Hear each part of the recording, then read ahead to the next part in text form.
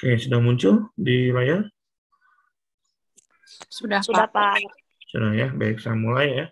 Jadi di sesi kedua ini, di materi SIP ini kita ngebahas mengenai Computer Based Information System gitu ya, atau pengantar sistem informasi berbasis komputer.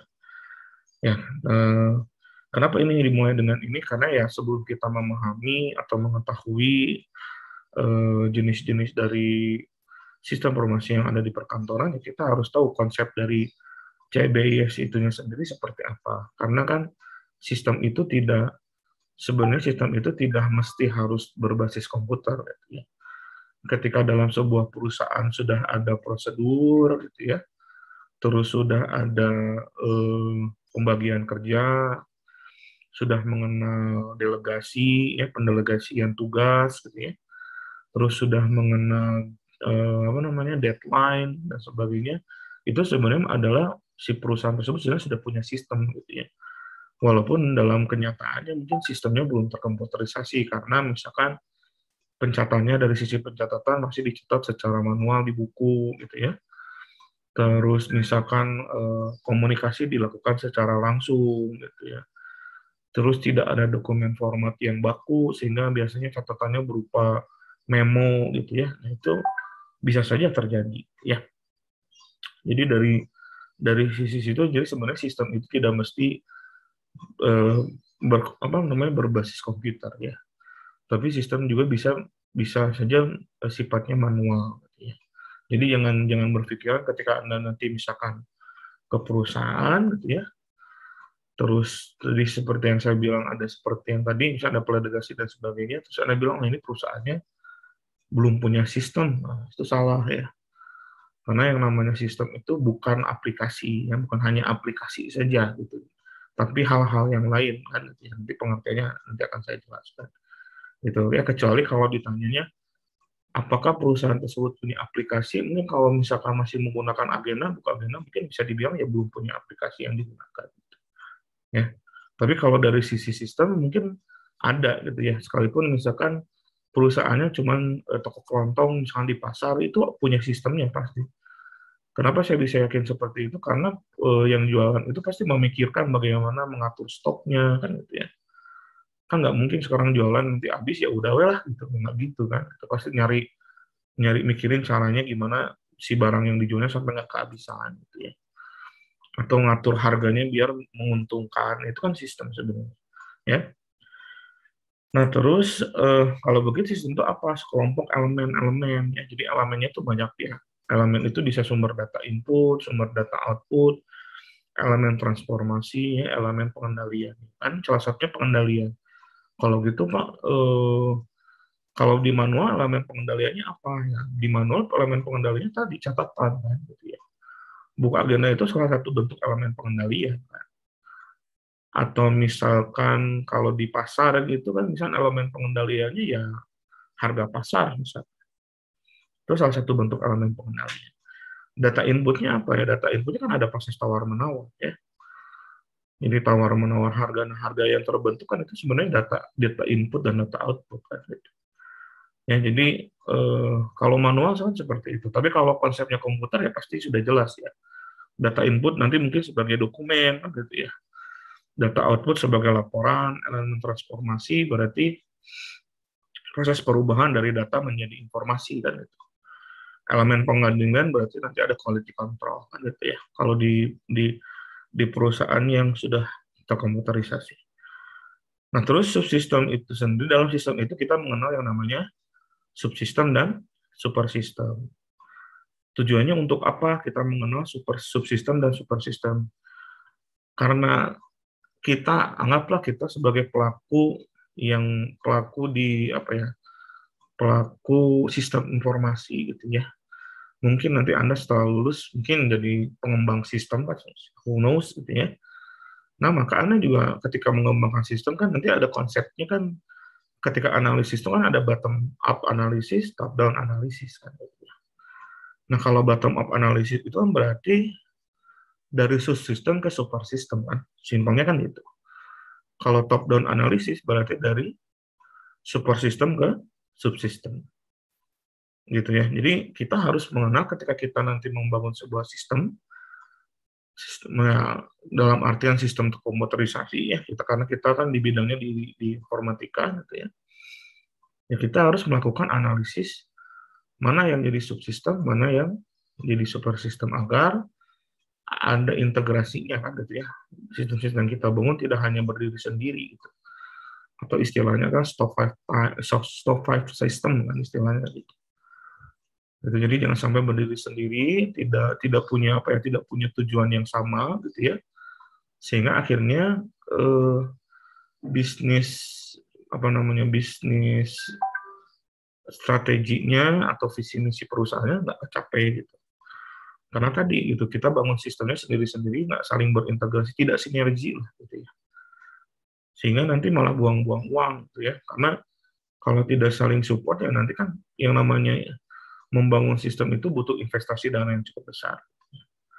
Maka akhirnya kalau kita membuat sistem yang tidak terintegrasi satu sama lain, tidak saling support untuk mencapai tujuan bisnis atau tujuan organisasinya, yang terjadi apa? Yang terjadi adalah kegagalan atau pemborosan aset perusahaan, karena pembiayaannya kan nggak murah, yang namanya bikin sistem itu.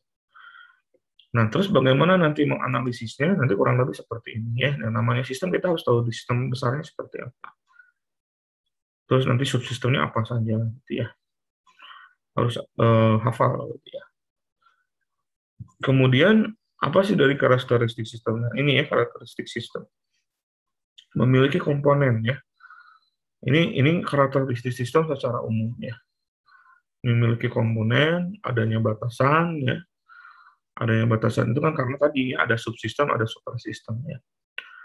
Mempunyai lingkungan ya, environment, adanya penghubung antar muka, ini kalau bicaranya sudah menggunakan komputer sebagai alat bantu, ada masukan dan input, ada pengolahan dan proses, ada keluaran, nah ini ya, ada sasaran dan tujuan.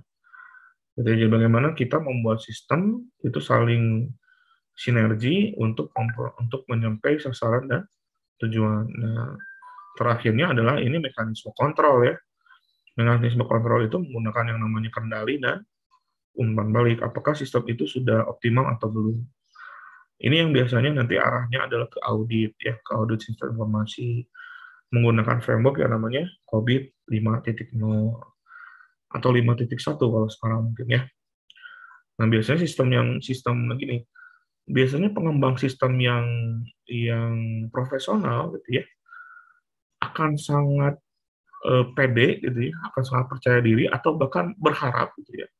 Berharap bahwa sistemnya itu dilakukan umpan balik atau di audit gitu ya, di assessment. Kenapa gitu? Karena sebenarnya kadang sistem ketika sudah berjalan tanpa ada audit, ya nggak tahu, pokoknya sistem berjalan gitu ya, bisa dipakai gitu ya. Apakah berhasil atau tidak ya pokoknya mah berjalan aja gitu ya. Jadi penghargaan terhadap pengembang sistem itu kurang sebenarnya. Ya, yang penting jalan udah gitu ya. Padahal mungkin yang bikinnya susah payah. Gitu. Terus apakah si sistem yang dibangun sesuai dengan tujuan dan sasaran kan kalau nggak diaudit kan nggak kelihatan. Nah jadi biasanya pengembang sistem ketika sudah mengembang sistem gitu ya, dengan baik, itu berharap sistemnya di asesmen atau di audit dengan tujuan agar kinerjanya diakui. Agar kinerjanya diakui bahwa misalkan sistem yang dibangunnya sesuai dengan tadi goals-nya. Gitu ya. Atau misalkan ekspektasi dengan kenyataannya memiliki gaps yang rendah misalkan. Kan makin rendah gaps-nya kan berarti makin bagus kan. Makin tinggi gaps-nya kan berarti ekspektasi dengan kenyataan yang makin jauh gap-nya berarti kan menunjukkan bahwa sistem tidak memenuhi kan gitu ya, memenuhi sasaran dan tujuan gitu ya. Nah, biasanya seperti itu. Jadi pengembang sistem akan berharap untuk dilakukan assessment ya. Karena tujuannya tadi untuk diakui bahwa pekerjaannya sudah sesuai dengan goals atau tujuannya atau belum. Gitu ya. Karena kalau tidak dilakukan itu nggak akan ketahuan. Nah, berikutnya dari sistem ini kita turun ke data dan informasi. Ya, data sudah pasti tahu lah ya, Anda tingkat 4 lah pasti sudah tahu bahwa data itu merujuk pada fakta. Baik angka, gambar, dokumen, suara, dan seterusnya. Sedangkan informasi adalah merujuk pada hasil proses dari data, sehingga bisa digunakan lebih lanjut oleh penggunanya untuk pengambilan keputusan. Simpelnya kan gitu. Ya. Jadi kalau data masih mentah, ya kalau misalnya belum dipakai, ya disebutnya data, gitu ya, tapi belum bisa berguna. Kalau sudah diproses berarti informasi. Nah, kalau begitu, apa sih sistem informasi secara utuh? Nah, ini saya ngambil dari beberapa pendapat ya. Dari Altar 92 bahwa sistem informasi adalah kombinasi antara prosedur kerja, informasi, orang, teknologi yang diorganisasikan untuk mencapai tujuan dalam sebuah organisasi. Berarti kan nggak mesti teknologi informasi saja kan? Nah, kalau ini nggak ada, apa disebut sistem? Sistem selama masih ada prosedur, ada informasi, ada orangnya kan. Terus menurut Bodnar dan Hepwood, ya, sistem informasi adalah kumpulan perangkat keras dan perangkat lunak yang dirancang untuk mentransformasi data ke dalam bentuk informasi yang berfungsi. Menurut Gelinas, Oram, dan Wiggins, sistem informasi adalah suatu sistem buatan manusia yang secara umum terdiri atas sekumpulan komponen berbasis komputer dan manual yang dibuat untuk menghimpun, menyimpan, dan mengolah data serta menyediakan informasi keluaran kepada para pemakainya. Ya, jadi kan intinya ada proses ya, ada proses merubah ya, mentransformasi ya. Yang kedua ada proses mencapai tujuan ya. Kalau dari tiga pendapat ini ya. Terus tiga pendapat berikutnya menurut Hall, sistem informasi adalah sebuah rangkaian prosedur. Tuh ini hampir sama dengan pendapatnya Altar ya. Menurut Turban, Necklin, and Matterby, sebuah sistem informasi mengumpulkan dan memproses. Ya, hampir sama juga. Wilkinson, sistem informasi adalah kerangka kerja yang koordinasi sumber daya. Ya. Jadi kesimpulannya sistem informasi itu bagaimana mensinergikan lah intinya kan gitu ya, mensinergikan sumber daya yang ada dalam organisasi.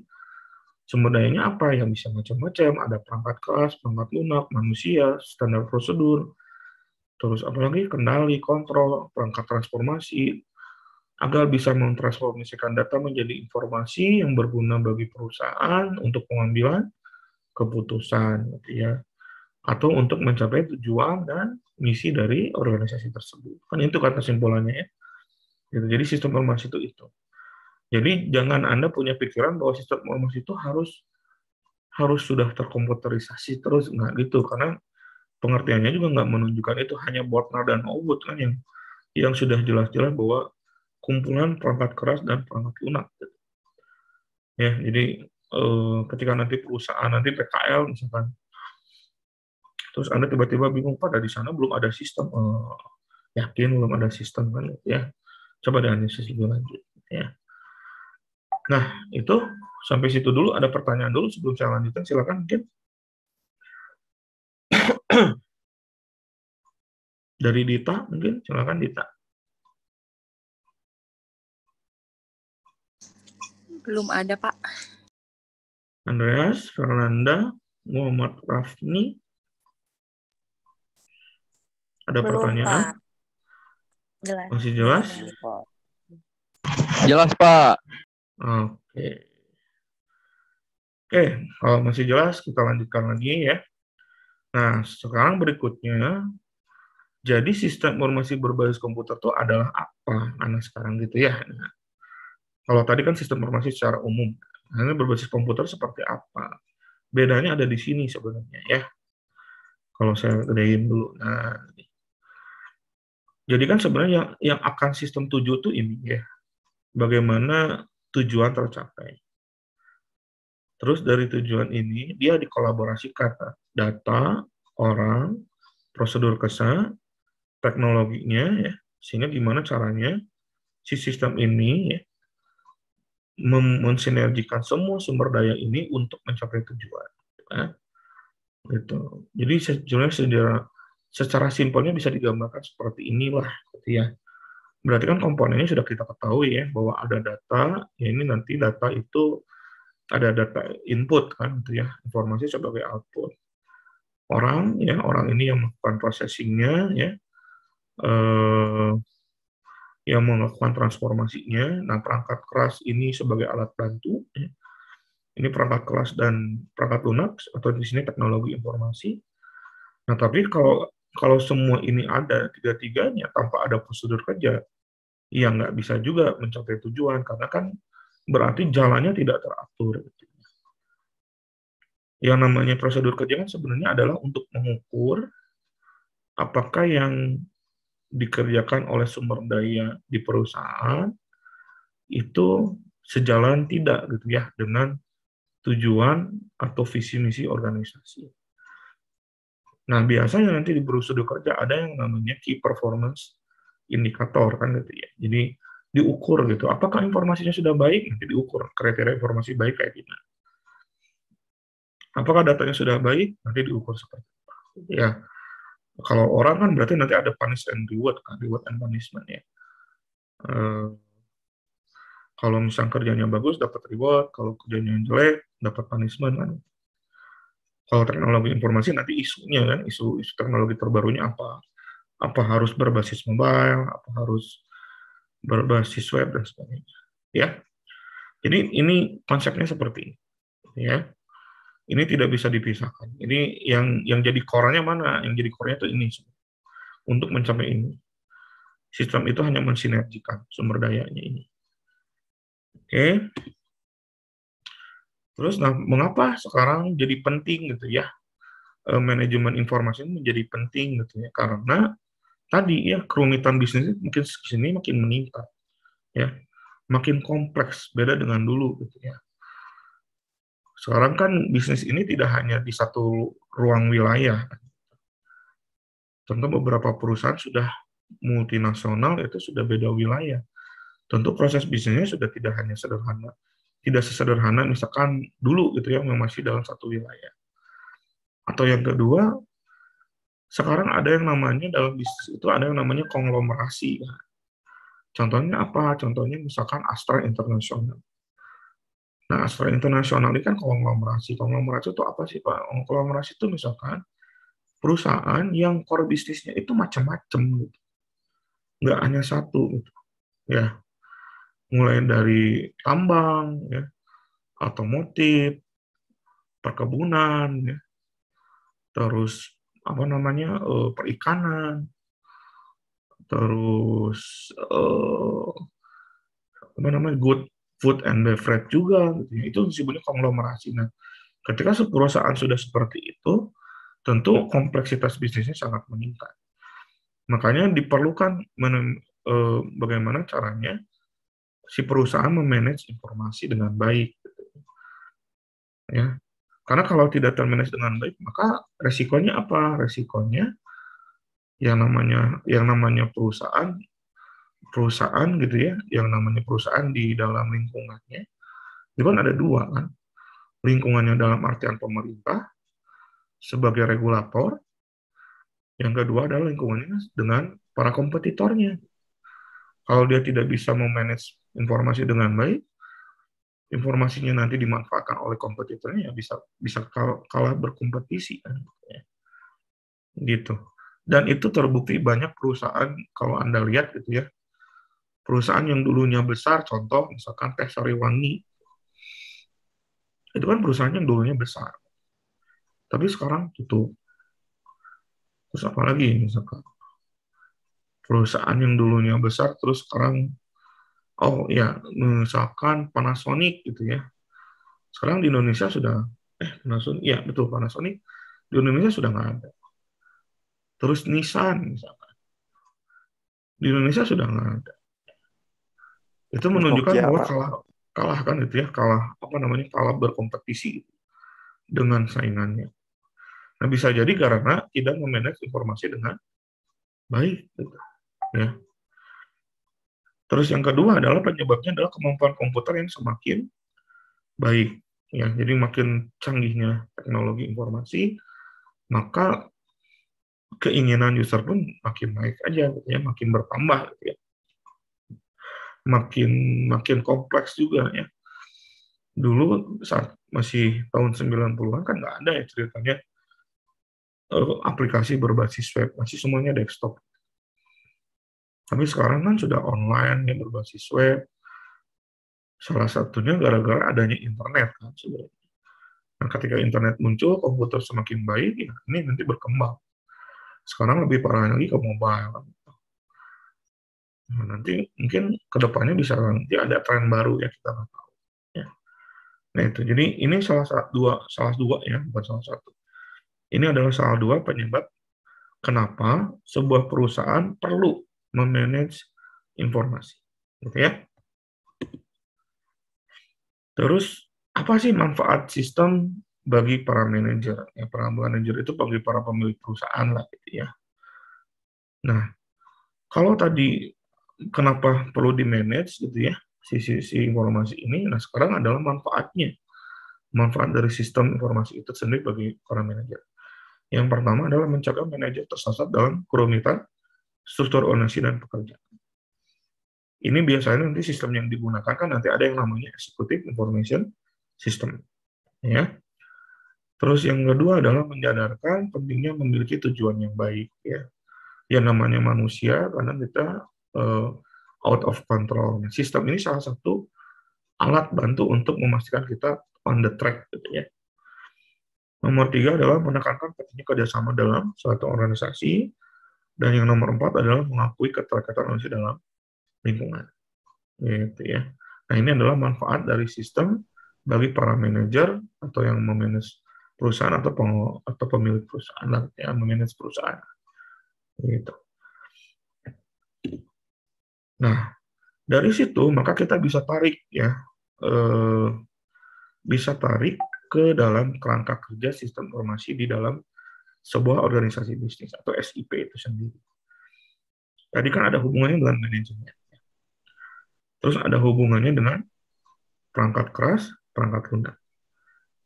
Nah, ini konsep dasar itu apa? Yang tadi ya, value ya. Value di sini adalah misalkan tujuan, goals, target, ya. Terus visi misi ya dan sebagainya. Proses pengembangan ya nanti ini bicaranya nanti business improvement continuity ya. Nah, ini berarti perangkat lunak. Aplikasi yang digunakannya apa saja. Jadi sistem informasi jadi core yang mensinergikan, tadi kan saya bilang itu ya, mensinergikan sumber daya tadi, gitu ya. Nah, kalau dipecahkan, nanti jatuhnya seperti ini. Jadi kalau konsep besar tujuan, tata kelola bisnis, manajerial, penentuan peran sistem informasi, gitu ya. Kalau teknologi informasi ini berhubungan dengan apa? Berhubungan dengan hardware, software, ya. Jadi OS-nya kah, gitu ya. Jaringannya kah, manajemen datanya kah, gitu ya. Infrastruktur dan seterusnya. Sedangkan aplikasi bisnis ini lebih ke jenisnya, ya, jenis informasi yang digunakannya bisa CRM, bisa SCM, ya, SPK, sistem pakar, knowledge management system, ya, atau executive information system. Kalau dari proses pengembangannya nanti berhubungan dengan perencanaan, pengembangan, dan implementasi sistem informasi ini biasanya nanti berhubungan dengan BCM, ya, Business Continuity Management, atau Business Processing Reengineering, atau Business Process Improvement. Ya. Ini nanti sama kalau nggak salah sama Bu Ina pernah diajarin harusnya. Ya, nggak tahu di mata kuliah sistem informasi apa di SPK nanti ya. Kan diajarkan secara terpisah. Berikutnya adalah tantangan manajemen. Nah, tantangan manajemen secara efektif mengelola teknologi informasi dalam bisnis. Nah, nanti hubungannya lah dengan ini, 5 force models. Ya. Kenapa bisa berubah ini? Ya tadi, karena manajemen ini, perusahaan ini nanti akan pada dasarnya akan berada di lingkungan ini ya. Di lingkungan bagaimana dia harus tawar-menawar dengan customer, gitu ya. Tawar-menawar dengan supplier, tawar-menawar dengan pendatang barunya yang punya teknologi yang lebih baru, gitu kan, yang membawa tren baru kan, gitu ya. Terus juga ada produk penggantinya, misalkan, gitu ya. Nah, ini semuanya adalah tantangan-tantangan yang akan dihadapi manajemen. Oleh karena itu, sistem juga harus mampu mengcover ini, gitu ya. Mengcover ini itu dalam artian gimana sistem ini meminimalisir agar tidak kalah maksudnya, bukan agar kalah ya, agar tidak kalah dalam kompetisi dengan perusahaan di lingkungan. Ya. Kompetisi terhadap apa? Terhadap ini kan, new entrants, substitute produk, rivalry ya. Terus, ini bargaining ini kan nanti bicaranya kan CRM ini nanti ke sini kan, SCM nanti ke sini. Nah, gitu. Jadi itu yang harus dari kerangka sistem informasi yang tadi, kalau ditarik jadi seperti ini, ya.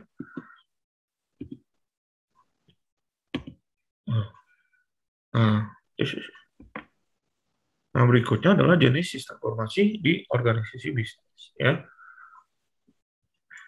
Nah, kalau Anda lihat, gitu ya, ininya kok, ini ya, loncat-loncat. Ini. Nah, kalau tadi sudah dijabarkan bahwa ada ada infrastruktur, ada hardware, software, gitu ya, ada jenis aplikasinya, ada business improvement-nya dan sebagainya. Nah, sekarang kita bicaranya adalah aplikasi yang tadi itu nanti posisinya ada di mana, gitu ya. Kalau Anda perhatikan, kan sebenarnya sistem informasi itu dibagi menjadi dua secara umum. Sistem pendukung operasi, sistem pendukung manajemen. Ya, ini bukan SPK ya, bukan. Ini adalah kategorisasi lah gitu ya, kategorisasi dari sistem informasi yang digunakan. Kalau pendukung operasi nanti berhubungannya dengan transaksi. Contohnya apa? SIA, ya, TPS misalkan. Terus POS ya, point of sales ya. Sistem informasi inventory, sistem informasi pembelian barang. Nah, itu berhubungan dengan sini. Ya. Nanti pengendaliannya juga sama, quality control, juga sama. Ini biasanya media komunikasi. Sistem kerja sama perusahaan ini media komunikasi. Ya. Nah, kalau sistem pendukung manajemen, tentu ini penggunanya nanti beda. Kalau ini nanti manajemen di level operasional, gitu ya, ini di level operasional, maka yang ini itu biasanya di level tingkat manajemennya naik ke atas, menengah ke atas, menengah ke puncak. Ya. Jadi kalau yang sistem pendukung operasi itu dari pegawai pengelola data ke bawah, ke tingkat operasional, maka sistem pendukung manajemen itu adalah manajer menengah ke puncak. Gitu ya. Nah, nanti ini juga bisa dijabarkan sama Anda ketika nanti Anda membuat perangkat lunak, Anda termasuk ke mana? Sistem pendukung manajemen, apa sistem pendukung operasi. Gitu ya. Kalau sistem pendukung manajemen berarti nanti penggunaannya biasanya untuk ekstraksi informasi ya. Jadi untuk pengambilan keputusan gitu ya, banyaknya seperti itu. Untuk membantu dalam mengambil keputusan, mengambil kebijakan, itu biasanya berhubungannya dengan itu kalau untuk pendukung manajemen. Beda dengan sistem pendukung operasional. Ya, ini berhubungan dengan clerical, dengan transaksi harian. Biasanya nanti berhubungannya dengan operator kan gitu ya. Kecepatan penginputan data dan sebagainya. Biasanya seperti itu. Ya. Nah, kalau begitu kesimpulannya bagaimana ya? Nah, kesimpulan akhirnya ini ya. Berarti komponen CBAS kalau tadi ada perangkatnya, terus ada pembagian jenis softwarenya, maka CBAS itu bisa digambarkan seperti ini. Kita membangun sistem berdasarkan elemen ini, ya. People, software, hardware, network, data, input data, processing data, output, control, storage. Ini Bang. Ini kan CBAS ya, berarti computer based information system. Ini sudah terkomputer. Dari sini dipecah menjadi jenis-jenis sistemnya. Di mana jenis-jenis sistem ini pada akhirnya adalah satu untuk memecahkan masalah. Dalam bentuk apa? Pengambilan keputusan.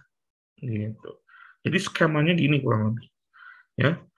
Ini komponen pembangun CBAS-nya, ini pemecahan terhadap sistem informasi yang nanti berbasis komputernya terhadap solusi ke perusahaan seperti ini. Nah, ini gambaran secara umum dari CBAS. Ya. Sehingga ketika nanti Anda mau menganalisa, mengembangkan sistem informasi berbasis komputer, maka Anda harus memerhatikan komponen-komponen ini. Ya. Bagaimana komponen-komponen ini berkorelasi dengan jenis informasi untuk memecahkan masalah. Gitu. Oke, Itu untuk pembahasan hari ini, ada pertanyaan dulu, silakan. Ada pertanyaan dulu? Tidak ada?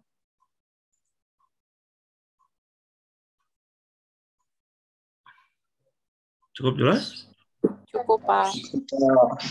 Oke, kalau cukup jelas, nanti bisa di-download ya, bisa dibaca-baca lagi. Nanti juga videonya akan saya upload lah di e-learning kalau misalnya mau diulang ya. Kalau memang sudah cukup, ya sudah ya, nggak apa-apa, cuma sebentar. Tak apa-apa, Pak. Nggak apa-apa Oh ya. iya, Pak, mau nanya. Kenapa? Silakan. Untuk yang sertifikasinya itu kan di sesi 2 ada beberapa akses. Itu dikerjain semua, Pak? Atau Ya, betul. Nanti kan di soalnya Ya, ada Pak. harus pakai akses yang mana. Pak, Ya, tar satu-satu. Jadi nanti itu kan di soal itu nanti akan muncul disebutkan Anda pakai file akses yang mana. Tinggal diikutin aja. Gitu. oh iya, Pak, baik. Oke, terus siapa tadi?